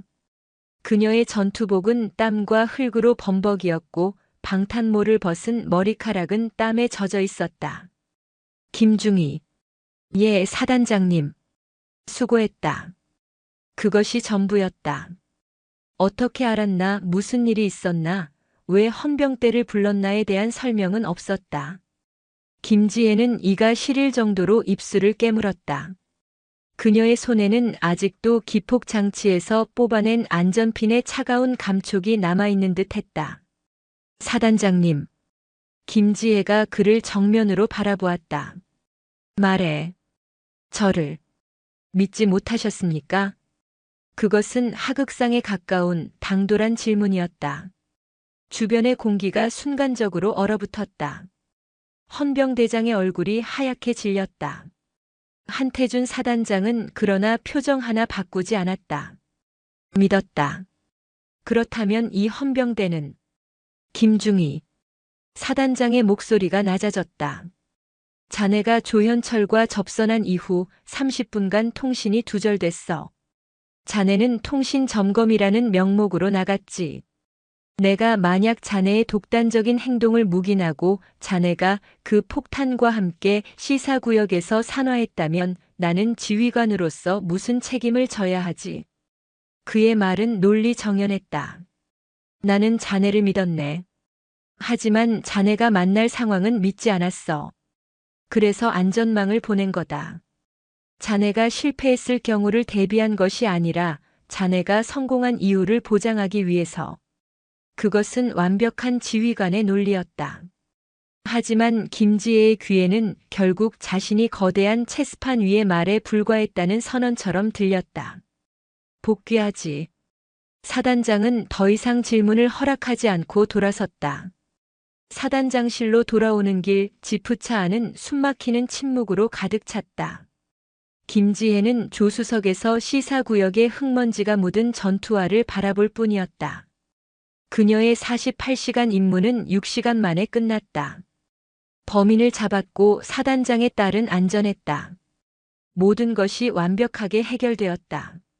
하지만 김지혜의 가슴 속에는 해결되지 않은 무거운 돌덩이가 남아 있었다. 내 동생이 죽었어. 그 별님 때문에. 조현철의 그 울부짖음. 그것은 단순한 미치광이의 광기가 아니었다. 사단장실은 다시 서늘한 평화를 되찾아 있었다. 한태준은 젖은 전투복 상의를 벗고 깨끗한 새 전투복으로 갈아입었다. 그는 김지혜에게도 자리에 앉으라는 말 대신 자신의 책상 앞에 서 있도록 했다. 공식적인 보고서는 헌병대에서 올릴 걸세. 그가 말했다. 조현철 중사는 작년 동생의 사망사고 이후 심각한 PTSD 외상 후 스트레스 장애를 겪었고 이에 대한 원망으로 사단장인 나에게 복수하기 위해 딸을 유인했다. 하지만 다행히 아이는 다치지 않았고 범인은 조기에 검거되었다. 이것이 공식적인 팩트가 될 거야. 그는 김지혜를 바라보았다. 자네의 공은 어떻게 처리해 줄까? 표창장? 아니면 원하는 보직이라도 있나? 그것은 보상이었고 동시에 입막음이었다. 김지혜는 고개를 들었다. 그녀의 눈은 6시간의 사투보다 더 지쳐 있었지만 빛을 잃지는 않았다. 아무것도 필요 없습니다. 대신 제게 주셔야 할 것이 있습니다. 한태준의 눈썹이 꿈틀했다. 작년 시사구역에서 발생한 고 조현수 하사 사망 사건. 그 원본 파일을 제게 주십시오. 한태준의 얼굴에서 모든 표정이 사라졌다. 방금 전까지 지휘관으로서 여유롭게 상황을 정리하던 별의 모습은 간 곳 없었다. 방 안의 공기가 얼음장처럼 차가워졌다. 김중희. 그의 목소리는 시사구역의 숲보다 더 어둡게 가라앉았다. 자네. 지금 선을 넘고 있네. 그건 자네의 임무가 아니었어. 제 임무는 진실을 밝히는 것이었습니다, 사단장님. 조현철 중사가 왜 그런 극단적인 행동을 했는지 그 이유를 밝히는 것까지가 제 임무입니다. 이유는 방금 내가 말했지 않나. PTSD. 동생을 잃은. 그렇다면 그 동생은 왜 죽었습니까? 김지혜의 목소리가 자신도 모르게 높아졌다. 그녀는 즉시 자세를 바로 했지만 눈빛은 거두지 않았다. 조현철 중사는 그 죽음이 별님 때문이라고 했습니다. 사단장님 때문이라고 했습니다. 그것이 사실입니까? 정적이 흘렀다. 한태준은 자리에서 일어나 창가로 걸어갔다. 그는 창밖으로 보이는 연병장, 그 위에서 평화롭게 구보를 하는 병사들을 말없이 내려다보았다. 그 파일은 열람 불가능한 기밀 문서일세. 그렇다면 저를 이 자리에서 체포하십시오. 사단장님. 뭐라고? 저는 오늘 범인과 독대하며 그의 자백을 유도하기 위해 동생의 사건을 재조사하겠다는 약속을 했습니다. 만약 사단장님께서 그 진실을 덮으신다면 저는 범인을 기만한 것이 됩니다. 그리고 저는 그런 군인이 될 수는 없습니다. 그것은 협박이었다. 자신의 군 생활 전부를 건 가장 위험한 도박이었다. 한태준은 천천히 돌아섰다. 그의 눈은 김지혜를 꿰뚫어 보는 듯 했다. 그는 그녀의 눈 속에서 오만함이 아닌 꺾을 수 없는 원칙을 보았다. 자신이 육사생도 시절 그토록 지키고자 했던, 그러나 지금은 잊고 있었던 바로 그 원칙이었다. 파일을 본다고 해서 달라지는 건 아무것도 없네. 그렇다면 제가 직접 확인하고 달라질 것이 없음을 제 눈으로 확인하겠습니다. 좋다. 한태준은 인터폰을 들었다. 오대위. 지금 당장 본부 기록실로 가서 기밀문서 B47을 가져와. 네임과 코드로. 그는 수화기를 내려놓았다. 자네에게 48시간을 주지. 아니, 24시간을 주겠네. 그는 다시 지하 벙커의 열쇠를 책상 위로 던졌다. 그 파일을 읽고 내가 그토록 원하는 진실을 찾게 된다면 그때는 어쩔 셈이지? 김지혜는 열쇠를 집어들었다. 그때는 사단장님께서 대답해 주셔야 할 겁니다. 그녀는 경례를 붙이고 사단장실을 나섰다. 문이 닫히는 순간 한태준 사단장은 자신의 책상 위에 놓인 딸 슬기의 사진을 바라보며 깊은 한숨을 내쉬었다. 그는 자신이 판도라의 상자를 열었음을, 그리고 그 열쇠를 가장 위험한 군인의 손에 쥐어주었음을 깨달았다. 김지혜 중위는 다시 지하 3층 2층 방첩사 사무실로 돌아왔다. 6시간 전과 달라진 것은 없었지만 이제 이 공간의 공기는 단순한 곰팡내나 먼지 냄새가 아니었다. 그것은 진실의 무게 혹은 은폐의 악취로 가득 차 있었다. 그녀는 문을 잠그고 형광등을 켰다. 얼마 지나지 않아 문을 노크하는 소리가 들렸다. 사단장의 부관 오대위였다. 그는 굳은 표정으로 두꺼운 노란색 서류 봉투를 건넸다. 봉투 위에는 대회비가 아닌 선명한 붉은색의 군사 2급 기밀 도장이 찍혀 있었다. 그리고 그 위를 가로지르는 열람 종결이라는 또 다른 붉은색 도장. 사단장님의 명령입니다. 이 서류는 24시간 뒤 어떤 사본도 없이 즉각 반납해야 하며 열람 사실을 그 누구에게도 발설해서는 안 됩니다. 알았다. 오대위는 차마 이 중위가 무슨 짓을 벌이고 있는지 묻지 못하고 복잡한 표정으로 돌아갔다. 김지혜는 서류 봉투의 봉인을 뜯었다. 그리고 그 안의 내용물을 낡은 철제 책상 위에 펼쳐놓았다. 조현수 하사 사망 사건 조사 보고서. 그녀는 숨을 깊게 들이마셨다. 그녀가 예상했던 것보다 보고서는 너무나 얇았다. 한 인간이, 그것도 작전 수행 중인 하사가 사망한 사건의 보고서라고 하기에는 터무니없이 간결했다. 그녀는 첫 장을 넘겼다. 일시 X년 X월 X1 2130 장소 시사구역 제2초소 전방 200M 지점 사망자 7사단 수색대대 3중대 하사 조연수 사고. 개요 야간 독도법 훈련 중 지정된 훈련 경로를 이탈, 미확인 지뢰 M14 추정을 밟아 과다 출혈로 현장에서 사망. 보고서의 결론은 명확했다. 결론 훈련자의 명백한 규정 위반 경로 이탈 및 단독 행동으로 인한 안전사고. 현장 지휘관의 통제 미흡. 징계위원회 회부 요망. 김지혜는 눈을 감았다. 이것이 조현철 중사가 그토록 분노했던 진실이었다. 그의 동생은 군의 공식 기록 속에서 규정을 위반하고 혼자 나대다가 죽은 부주의한 군인으로 남아 있었다. 이게 다가 아니야. 그녀는 보고서를 다시 꼼꼼히 읽었다. 현장 사진 몇 장, 부대원들의 진술서 몇 장이 전부였다. 그런데 이상한 점이 발견되었다. 진술서. 당시 훈련에 함께 투입되었던 분대원 5명의 진술서가 모두 토시 하나 다르지 않고 똑같았다. 마치 누군가가 완벽하게 작성한 시나리오를 그대로 베껴 쓴 것처럼. 조 하사는 평소에도 의욕이 앞서 단독 행동을 하는 경향이 있었음. 당시에도 지휘관의 통제에 불응하고. 거짓말. 김지혜는 파일을 덮었다. 이것은 보고서가 아니었다.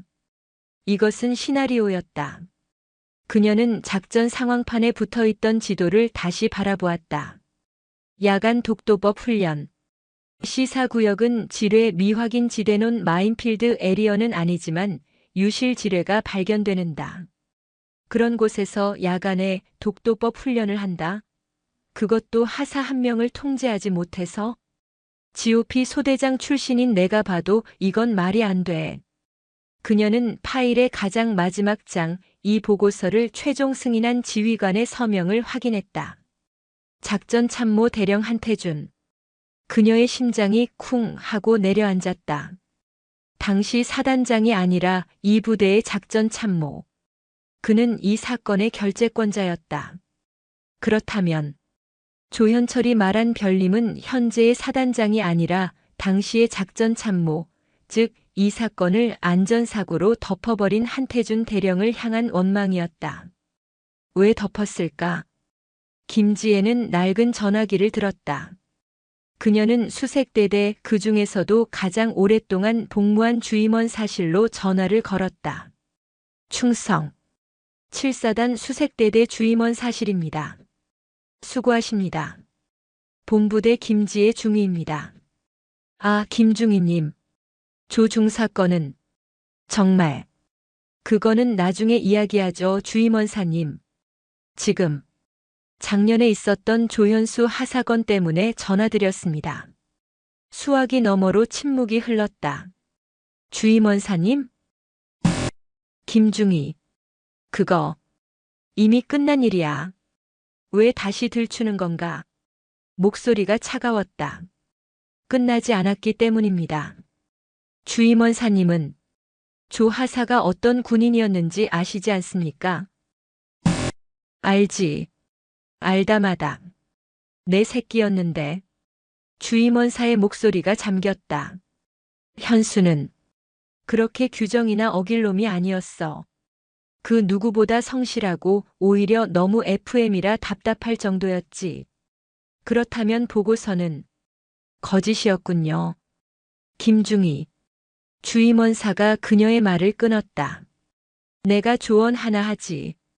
가끔은 진실보다 중요한 게 있어. 부대의 명예, 조직의 안정. 그리고 더 큰 그림. 그 더 큰 그림 때문에 젊은 하사 한 명이 죽고 그 형은 테러범이 되었습니다. 그게 주임원사님이 말씀하시는 명예입니까? 그날 밤 시사구역에서 무슨 일이 있었습니까? 그건 독도법 훈련이 아니었죠? 주임원사는 한참 동안 말이 없었다. 김지혜는 그가 끊을까봐 조마조마했다. 시연회였어. 시연회요? 그래. 망할 놈의 시연회. 군단장님. 아니, 그보다 더 높은 분들이 오기로 되어 있었지. 야간 침투 및 적 초소 경멸 시범. 당시 작전 참모였던 한태준 대령이 자신의 능력을 증명하고 싶어 안달이 나 있었어. 김지혜의 머릿속에서 퍼즐이 맞춰졌다. 시사구역은 위험하다고 내가 수십 번을 말했네. 하지만 그는 적에게도 위험한 곳이라야 실전적이다라는 말도 안 되는 논리로 밀어붙였지. 조현수 하사는 가장 실력이 좋았던 놈이야. 가장 빠르고 가장 정확했지. 그래서 시연회 리허설의 선두 천병 역할을 맡았어. 야간 투시경을 쓰고 가장 먼저 길을 뚫는. 그런데 그만. 유실 지뢰를. 그래. M14. 그 빌어먹을 발목 지뢰였지. 밟는다고 터지는 게 아니라 발을 떼는 순간 터지는 거. 현수는 자기가 밟았다는 걸 알았어. 그리고 뒤따르던 분대원들을 멈춰 세웠지. 그리고 그 자리에서 1시간을 버텼어. EOD 폭발물 처리반가 올 때까지. 하지만 여긴 최전방이야. 야간에 시사구역까지 EOD가 제 시간에 도착할 리가 없었지. 결국 현수는 버티다 김지혜는 더 이상 들을 수 없었다. 그리고 한태준 대령은 이 모든 것을 개인의 일탈로 둔갑시켰군. 자신의 진급을 위해서. 김중희, 이 이상은 나도 몰라. 난 그저 내 새끼 하나 지켜주지 못한 늙은이일 뿐이야. 끝내. 전화가 끊겼다. 김지혜는 얇은 보고서를 손에 쥐었다. 종이 쪼가리에 불과한 이 문서가 한 사람의 명예를 죽이고 그 형을 괴물로 만들고 한 지휘관을 별로 만들었다. 그녀는 붉은색 잉크로 열람 종결이라 쓰인 도장 위에 자신의 붉은색 유성펜을 집어들었다. 그리고 그 위에 X표를 그었다. 종결은 아직 아니었다. 지하 벙커의 공기가 유난히 차가웠다. 김지혜 중위는 밤을 새웠다. 그녀의 눈은 붉게 충혈되었지만 정신은 그 어느 때보다 또렷했다. 그녀는 얇은 보고서와 자신이 주임원사와의 통화 내용을 바탕으로 재구성한 진짜 보고서를 나란히 펼쳐놓았다.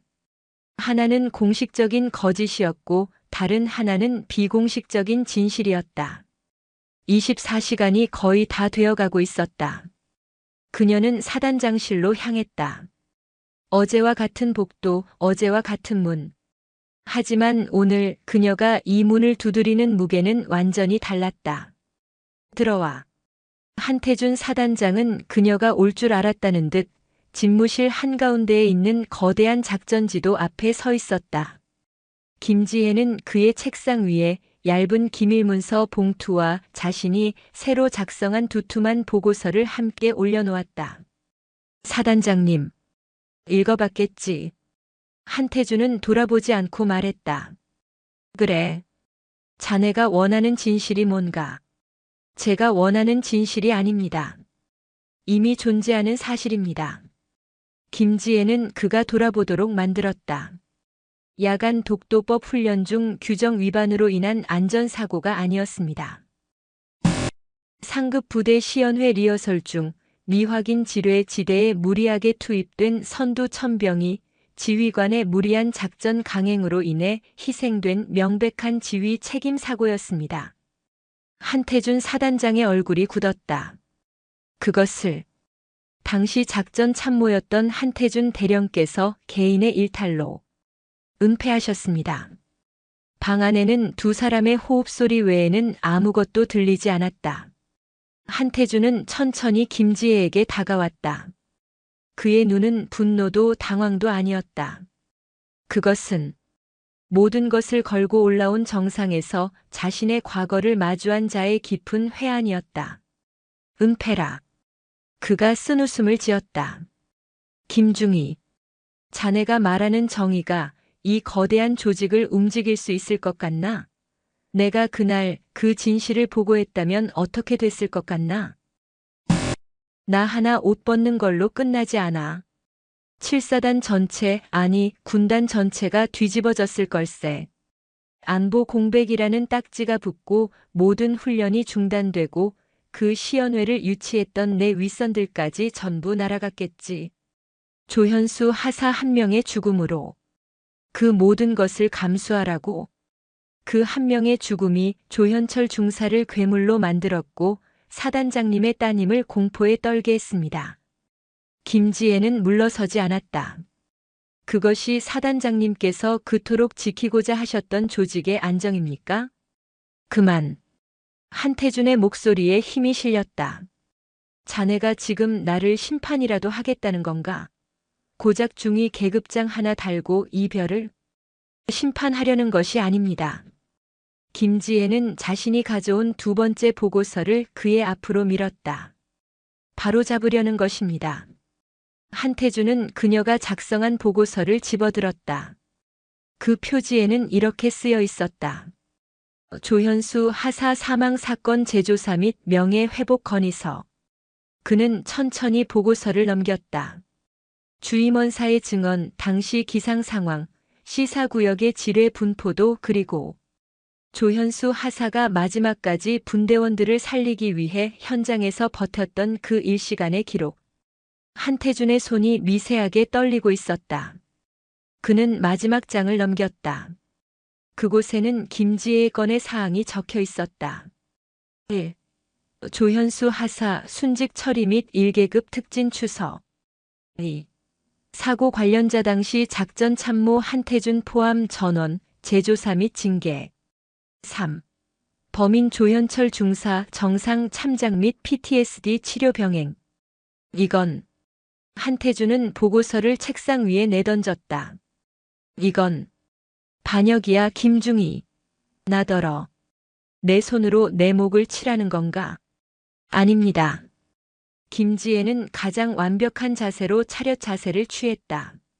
사단장님께서는 어제 제게 지휘관의 책임을 말씀하셨습니다. 조현수 하사의 죽음에 대한 책임을 지는 것, 그것이 별의 무게라면 지금이라도 그 무게를 짊어지셔야 합니다. 그녀는 한태준의 책상 위에 놓인 딸 한슬기의 사진을 바라보았다. 사단장님께서는 따님에게 어떤 아버지로 기억되고 싶으십니까? 모든 것을 덮고 별을 유지한 아버지입니까? 아니면 모든 것을 잃더라도 진실을 선택한 군인입니까? 한태준은 무너져 내리듯 자신의 의자에 주저앉았다. 그는 오랫동안 말이 없었다. 창밖은 이미 어둠이 내리고 있었다. 그는 인터폰을 들었다. 김중희. 예, 사단장님. 자네는 오늘부로 이 사건에서 손 떼. 그리고 지하 벙커의 모든 자료는 내가 회수하겠네. 그것은 거절이었다. 김지혜의 얼굴에 실망감이 스쳤다. 그녀는 격려했다. 알겠습니다. 그럼 이만 물러가 보겠습니다. 그녀가 돌아서서 문으로 향했다. 그녀가 문고리를 잡는 순간이었다. 그리고 한태준의 목소리가 들려왔다.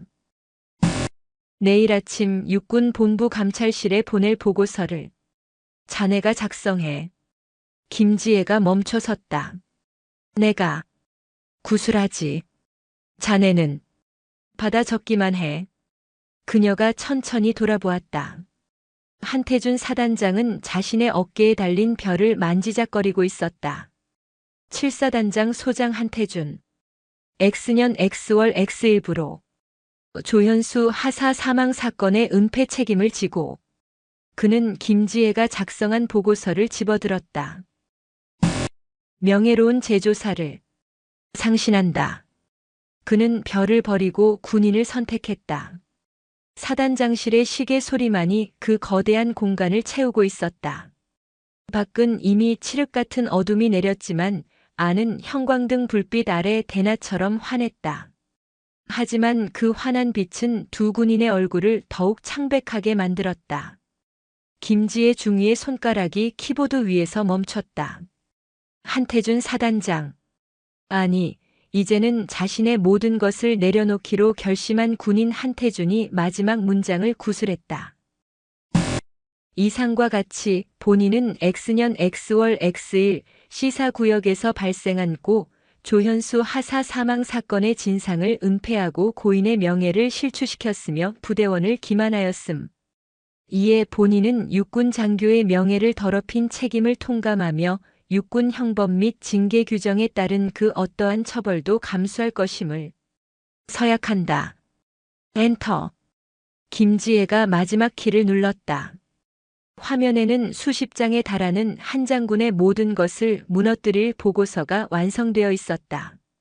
그 안에는 당시의 기상 작전도, 무리한 시연회 일정, 그리고 조현수 하사의 마지막 일시간을 기록한 분대원들의 원본 진술을 재구성한 내용까지 모든 것이 담겨 있었다.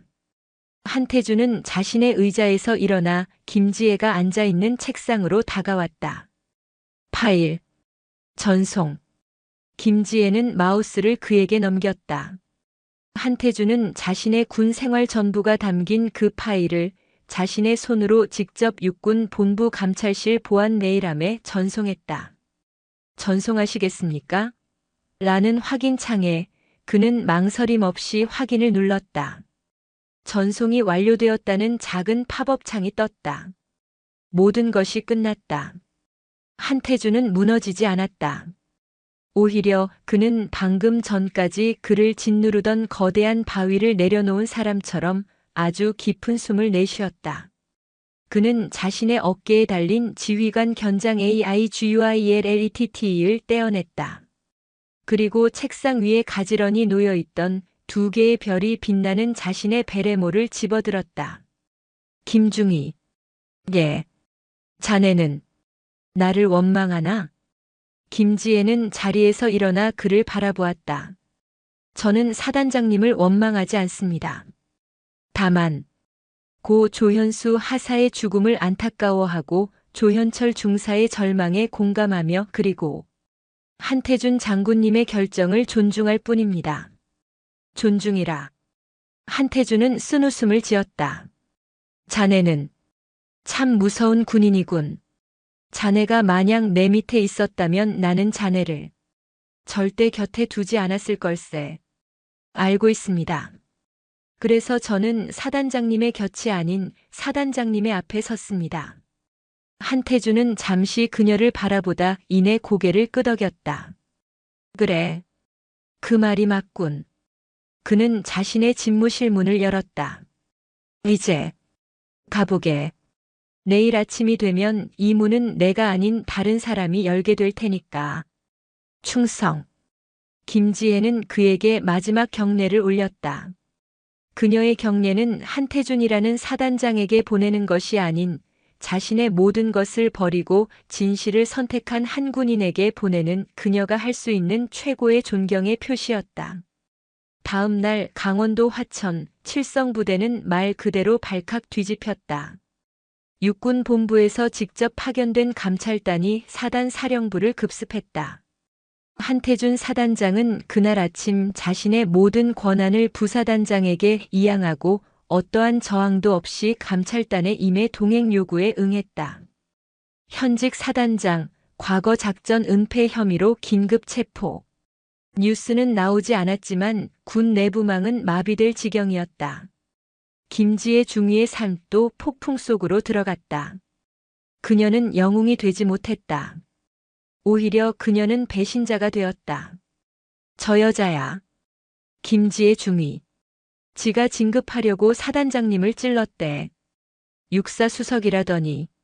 머리는 좋은데 피가 차가운가 봐. 어떻게 자기를 믿어준 지휘관의 뒤통수를.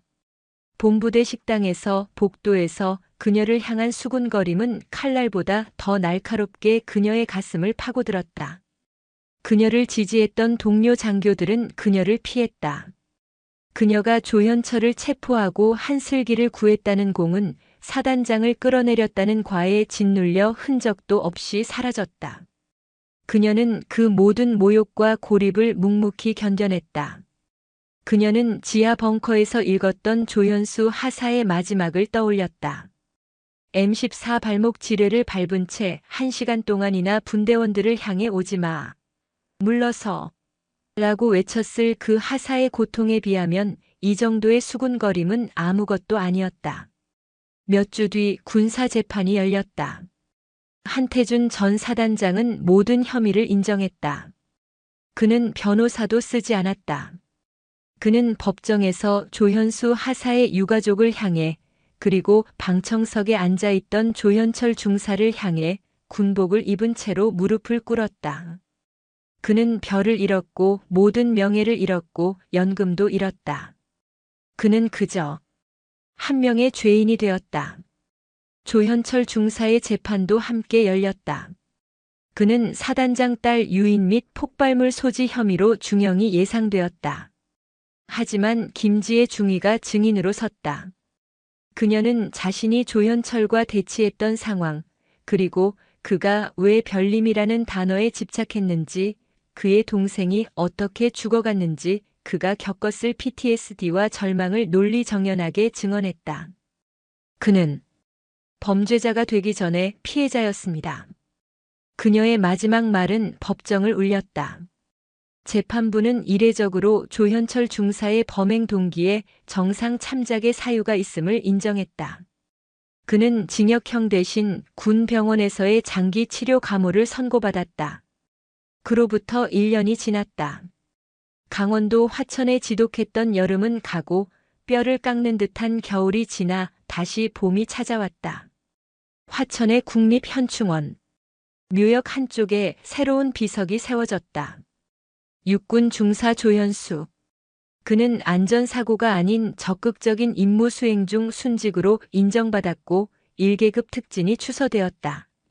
그의 비석 앞에는 그가 그토록 지키려 했던 전우들의 하얀 국화가 가득했다. 그 묘역에서 조금 떨어진 곳, 김지혜 중위가 전투복 차림으로 그를 바라보고 있었다. 그녀는 7사단을 떠나야 했다. 조직의 화합을 저해했다는 이유로 그녀는 사실상 좌천되었다. 그녀는 지금 육군 보병학교의 신임 장교들을 가르치는 교관으로 복무 중이었다. 그때 누군가 그녀의 곁에 섰다.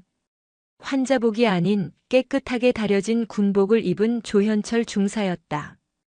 그는 치료를 마치고 부대로 복귀하라는 명령을 기다리고 있었다. 김지혜. 교관님. 조 중사. 몸은 괜찮나? 두 사람 사이에는 어색한 침묵이 흘렀다. 조현철은 동생의 비석을 바라보며 눈물을 참는 듯 입술을 깨물었다. 고맙다는 말을 하고 싶었습니다. 그가 말했다. 그리고 제 동생 현수에게 다시 명예를 찾아주셔서 내가 한 것이 아니야.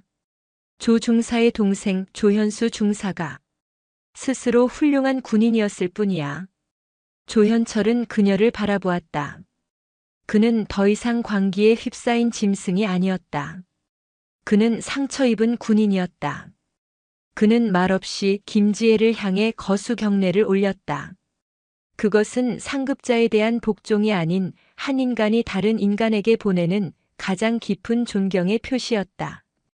김지혜도 담담히 경례를 받았다.